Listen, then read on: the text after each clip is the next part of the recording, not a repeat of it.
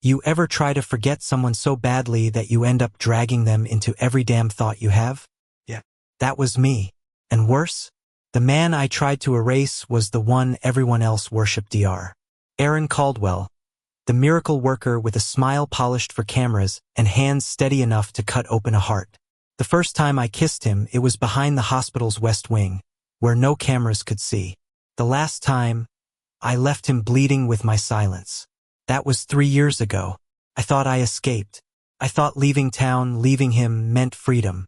But freedom has its own kind of shackles, and every mile I drove away, I carried him in the passenger seat of my memory. Now, standing back on the boardwalk of this small Massachusetts coastal town I swore I'd never return to, I realize I never really left. Because he's here. Still. And fate or cruelty has shoved me right back into his orbit. Aaron Caldwell. The man who stitched strangers' hearts but left mine shredded. Back then, he couldn't afford to love me openly. The world saw him as untouchably a healer, a savior. Loving another man, especially one like me, wasn't part of his perfect picture. I was his secret, his late-night shadow, his stolen hours. I remember those nights with an ache sharp as broken glass. Him pulling me close in the dark, whispering that I was everything he wanted but nothing he could admit. The way he'd trace my skin like he was memorizing it, as if tomorrow he might have to give it up, which, of course, he did. When the weight of being hidden crushed me, I left, packed my bags. No goodbye, no final kiss, just the sound of the door closing, louder than any scream. 3 years later, I came back for my father's funeral. The universe, cruel bastard that it is, made sure Aaron was there too. Standing among the mourners, his eyes found mine across the cemetery like a bullet to the chest. He didn't look surprised. He looked haunted. Eli. His voice reached me after the crowd dispersed, low and sharp as if the syllables cut his tongue on their way out. I wanted to run, again, but my legs betrayed me, rooted in place by that name, the one that had once sounded like a prayer from his lips. I didn't know you'd be here, I said, even though it was a lie. Of course he'd be here. He grew up in this town, too. My father had once been his patient. And I should have guessed that no matter how many cities Aaron conquered with his brilliance, he'd always orbit back here, to the roots that shaped him.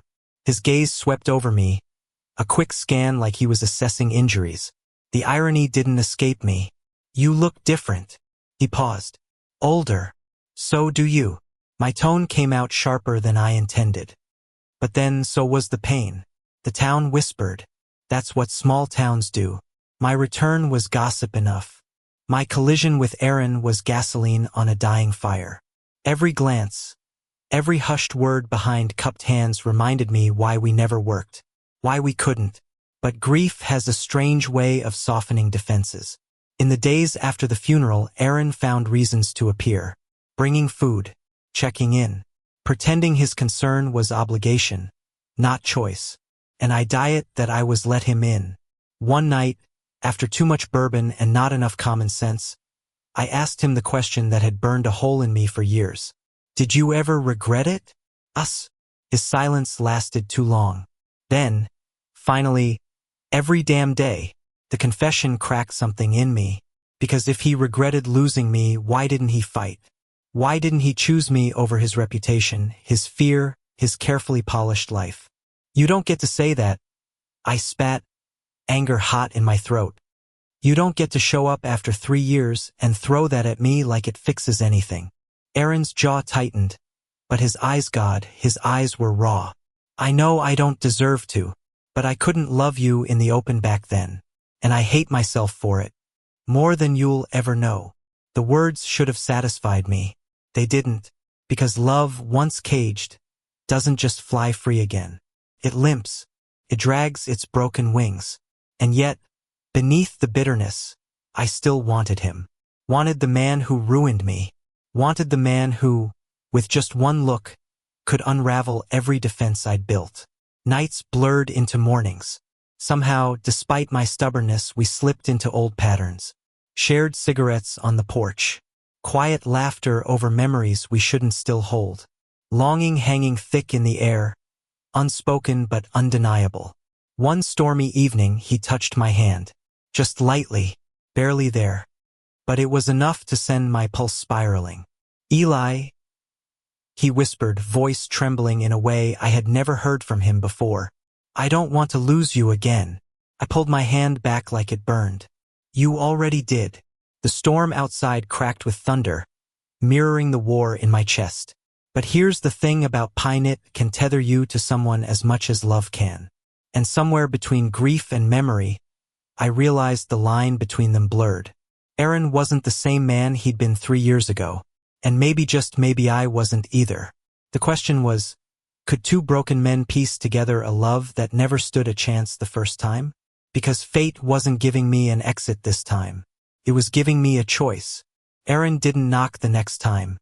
He just came in, rain dripping from his shoulders, his eyes blazing like he had finally decided to stop hiding from every damn thing that haunted him. "I can't keep doing this," he said. His voice shook, but his stance was unyielding. "I can't keep pretending you're just someone I used to know. You're not. You never were." I froze, half tempted to throw him back into the storm, half tempted to pull him in and never let him go. The war inside me was vicious, but one look at him, wet, exhausted, desperate, made my chest ache in ways I couldn't deny. "You had your chance," I whispered, teeth clenched. 3 years ago, you had me, all of me, and you threw it away." He stepped closer, the air tightening around us. "I didn't throw you away. I threw away myself, my fear, my reputation, my goddamn pride. I let them cage me, and I lost the only person who ever felt like home." The word home hit me like a sledgehammer. For a long moment, silence pressed between us, filled only by the pounding of rain on the windows. Then, like a man surrendering to his last battle, Aaron reached into his coat pocket and pulled something out. A small, battered leather notebook. "I kept this," he said. "Every time I wanted to tell you something but couldn't, I wrote it down. Every night I couldn't call you, I wrote it down. It's all here, Eli. Every regret, every confession, every damn piece of me I was too much of a coward to give you when it mattered." He placed it on the table between us. His hand lingered, trembling. "You don't have to read it. You don't even have to forgive me. But I needed you to know that I never stopped loving you. Not for a single day." I stared at the notebook like it was a loaded gun. Part of me wanted to shove it back at him, to scream until the walls cracked. Another part of meth part that had spent 3 years aching in silence wanted to clutch it to my chest like salvation. Instead, I asked, quietly, "Why now?" Aaron's eyes softened. "Because if I let you walk away again, I'll never find the courage to follow. And I'd rather be hated by you than live the rest of my life with nothing but ghosts." I didn't open the notebook that night, but I also didn't make him leave. We sat in silence, the storm outside echoing the storm between us, until exhaustion pulled us under. The following morning, I woke to the sight of him asleep on the couch, his hand still resting near the notebook. Vulnerable, human, not the untouchable doctor the world worshipped, but a man who had loved me poorly, but loved me still. And that was the cruelest truth of all.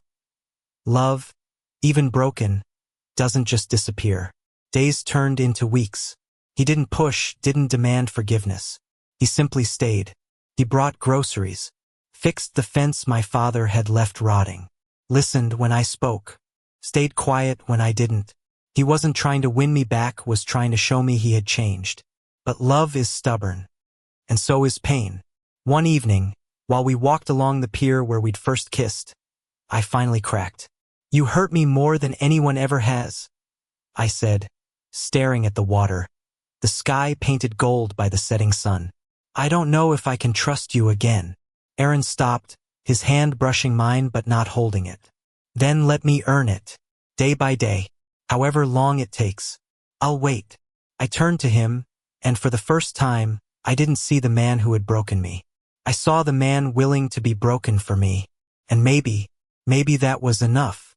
The town whispered, of course. They always do. But this time I didn't care. Neither did Aaron. When someone muttered something ugly under their breath at the grocery store, Aaron laced his fingers through mine and held on tighter, his jaw set but his eyes proud. "I'm done hiding," he told me later. "If people can't handle it, that's their problem. Not ours. Ours." The words settled into me like warmth spreading after years of cold. It wasn't easy. Healing never is. Some nights, the weight of our past pressed too heavily, and I pushed him away. But he always came back, patient, steady, unyielding. And little by little, I let him in. One night, as autumn painted the town in fire-colored leaves, I finally opened the notebook. My hands shook as I flipped through page after page of confessions. I saw his sweater today, and it felt like he was still here. I kissed someone else at a charity gala. It felt like betrayal, even though he's already gone. I love him. God, I love him. And I can't breathe without him. By the time I reached the last entry, tears blurred the ink. If he ever comes back, I'll never let fear take him from me again. I closed the notebook and found Aaron sitting quietly across the room, watching me like I might shatter. "Do you mean it?" I asked, my voice breaking. He crossed the room in 2 steps, his hand cupping my face with a tenderness that made me ache. "Every word, every page, every day I've lived without you has been a mistake I'll spend the rest of my life correcting if you'll let me." And for the first time in 3 years, I let myself believe him. I kissed him then, not as a secret, not as a shadow, but as a man finally brave enough to love out loud. His lips trembled against mine, a mix of desperation and relief, and I knew this wasn't the end of our story. It was the beginning we'd been denied. Months later, the whispers quieted, the town adjusted, and I found myself sitting on the same pier where we'd once stood apart, now with his hand firmly in mine, our shoulders pressed together as the ocean stretched before us.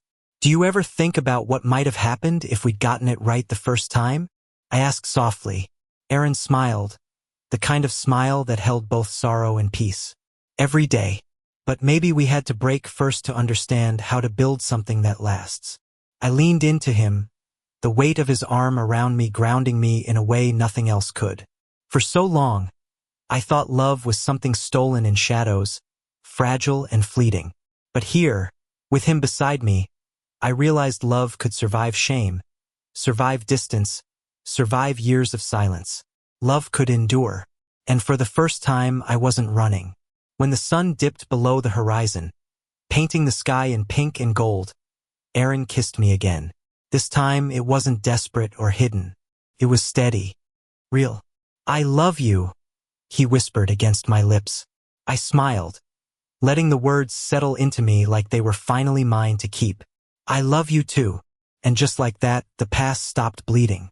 The wounds in our hearts closed, not erased but mended, leaving scars that told the truth of who we were, 2 men who broke, who healed, who chose each other despite everything. Because sometimes, love isn't about never falling apart. It's about finding someone who makes you want to piece yourself back together. And in Aaron's arms, for the first time in forever, I was whole. Thank you for listening. Don't forget to like and subscribe to stay updated with the latest videos.